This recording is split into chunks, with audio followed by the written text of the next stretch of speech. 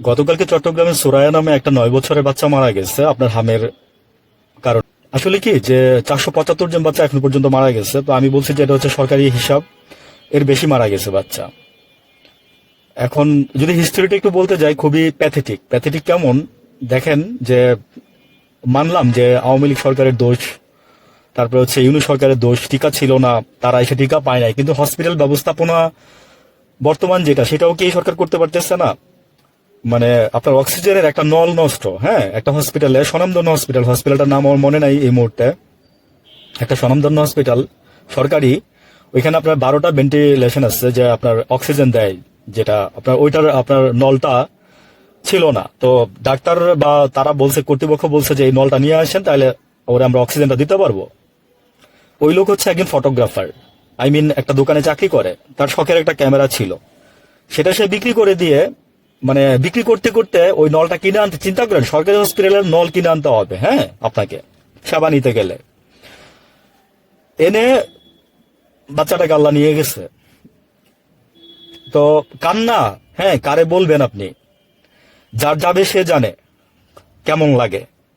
কারে দোষ দিবেন আপনি? আল্লাহরে দোষ দিবেন, আমাদের রাষ্ট্রের দোষ দিবেন, নাকি আমাদের ব্যবস্থাপনাকে দোষ দিবেন, নাকি চোরগোলারে দোষ দিবেন? তারপরে দেখেন আরো ঘটনা আছে, সরকারি হসপিটাল, সেই বাচ্চাটাকে নিয়ে বাবা মা, মানে একটা অ্যাম্বুলেন্স ওই হসপিটাল থেকে দিতে পারে নাই। আপনি কি এটা জানেন যে অনেক আগে হাসিনার সরকারের আমলে 14-15 সালের দিকে আমরা দেখছিলাম এগুলো যে রিপোর্ট হইতো, অ্যাম্বুলেন্স গুলো আপনার কন্ট্যাক্ট থাকে, আপনার আমিও দেখছি শিশু হাসপাতালে, আমি নিজেও দেখছি কোন একটা অকারেন্সার পারপাসে আপনার কন্ট্যাক্ট থাকে, ওরা যা ওদের ওদের মানে ভ্যাকেন্সি নাই এই বলে ওরা বাহিরের অ্যাম্বুলেন্স আবার কন্ট্যাক্ট করায় দেয়, যেখানে আপনার 3 গুণ টাকা দিতে হয়, 4 গুণ টাকা দিতে হয়, তাও পাবেন কিনা সন্দেহ আছে। এরকম আর কি সিন্ডিকেট, পুরোটা একটা সিন্ডিকেট, অ্যাম্বুলেন্স সিন্ডিকেট।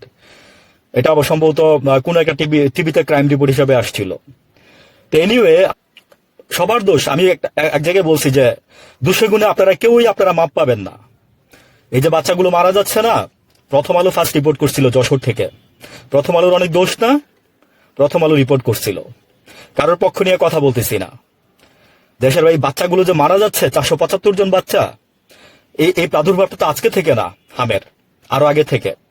তো সরকার আজকে যে 3 মাস, আজকে 100 দিন পূর্ণ হয়েছে, 100 দিনের জন্য ওয়েট করছিলাম, ভাবছিলাম যে সরকারের 100 দিনের আগে কিছু বলবো না, প্রত্যেকটা সময় দিতে হবে তো কাজ করার জন্য। কিন্তু যে লাও সেই কদু, বরং আরো খারাপ হয়েছে, ডাউন হয়েছে। ভালো থাকবেন, আমরা সবাই সবার জন্য দোয়া করি। আসসালামু আলাইকুম।